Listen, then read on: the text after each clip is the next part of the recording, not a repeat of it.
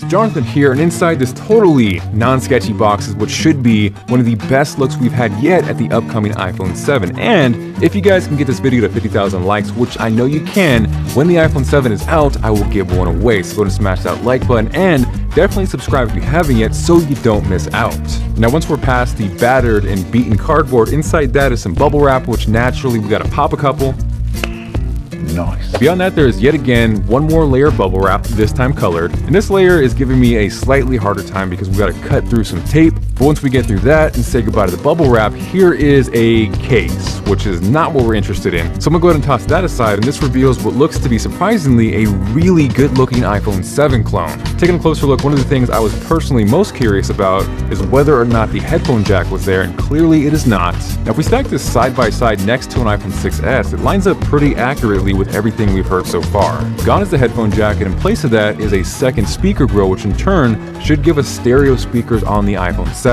Personally, for the most part, I use wireless Bluetooth headphones, so I might actually fall towards the side of giving up the headphone jack for better sounding speakers. But regardless, if you were counting on the headphone jack staying, it is not looking good right now.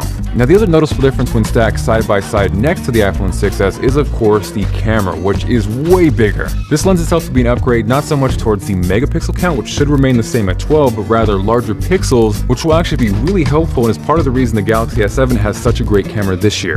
Now with this clone lining up directly with the iPhone 6s, there is no sign of a dual camera. If we do see that, it's either going to be on the iPhone 7 Plus or the iPhone 7 Pro. The only thing up in the air right now is whether or not Apple's going to have 2 or 3 models. There is totally a chance we see the iPhone 7 and 7 Plus with the single larger camera, and then a third model, the iPhone 7 Pro with that dual pixel camera. Personally, I wish there was one camera option uniformly across the iPhone 7 lineup, but to have to choose between models for a completely different and better camera is not going to be cool. Now one of the things I was initially negative on and have kind of come full circle is the removal of the antenna bands. Up until this point, we've really only seen renders or low quality pictures which were potentially photoshopped, but now that I have this close up and in my hands, I kind of really like how it looks. And looking at this side by side with the iPhone 6s, I think I definitely prefer the looks of the iPhone 7 clone.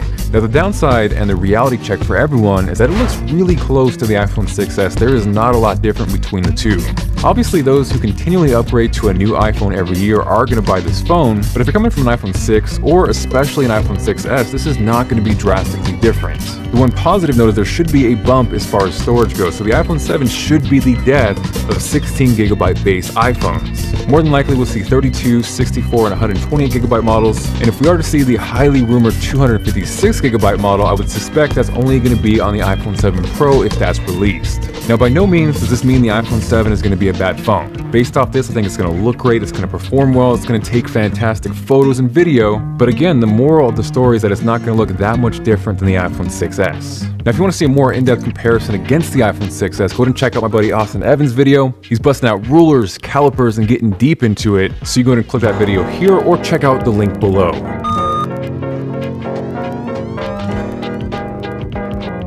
Hey guys, this is Austin, and this is a mock-up of the iPhone 7. With the next iPhone right around the corner, there are leaks all over the place. And thanks to my friends B-Sound, you guys should definitely go check them out. They make some cool lightning headphones. I was able to get my hands on this guy. So at first glance, this looks a lot like the iPhone 6 and 6s. However, if you look a little closer, there's some pretty major differences. So if we compare with an iPhone 6s, the first thing that jumps out to me are the antenna lines. I've never been a huge fan of the way that the 6 and 6s look from the back. The antenna lines have always felt a little ugly. However, on the 7, it looks like they're cleaning it up a bit. Probably the most obvious difference is in the camera. So while the 6 and 6s added a camera hump, which is actually fairly small, the 7 has a much larger camera. So for comparison, if we measure the iPhone 6s, we get a thickness of 6.9 millimeters. However, if we jump over to the camera hump, it's actually 7.6 millimeters thick. Now if we measure the iPhone 7, we see that it actually comes in at a thickness of 6.7 millimeters, so it's very slightly thinner.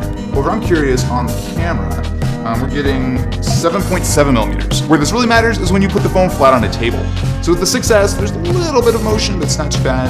However, on the iPhone 7, there's definitely some wobble. That bigger hump likely means that there's a bigger sensor inside. So Apple has actually done this before. When they went from the 5 to the 5s, while it was still an 8 megapixel camera, the sensor itself was bigger, which meant that each individual pixel could pull in more light. The iPhone 7 will probably keep the same 12 megapixel resolution. However, if you have a bigger sensor, you need a bigger lens to cover it, thus bigger camera hump. If we look at the back of the phone, we're gonna see a pretty major change. Just like the rumors have been saying for a while, there is no headphone jack on the iPhone 7. Instead, in its place is a second speaker.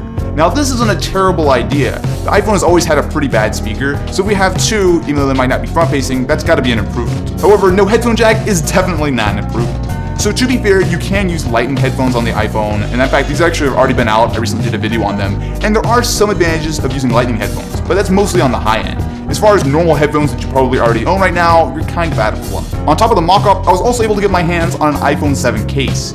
So you can see, if you pop the phone in here, it's a pretty much perfect fit. Around back, you'll see a bigger cutout for the new camera, as well as the flash and microphone. For comparison, I have a normal iPhone 6s case here. So while the 7 will fit inside, if you take a look at it, it doesn't really quite match up. So the camera is not even remotely in the same spot. And while on bottom, the lightning port still matches up, that headphone jack is absolutely not there. So what do you guys think about the iPhone 7? Definitely be sure to let me know in the comments below. And if this video hits 25,000 likes, I will be giving away a brand new iPhone 7 when it comes out. Speaking of, my buddy John from TLD went even more in depth on the new iPhone 7, so definitely be sure to go check out that video.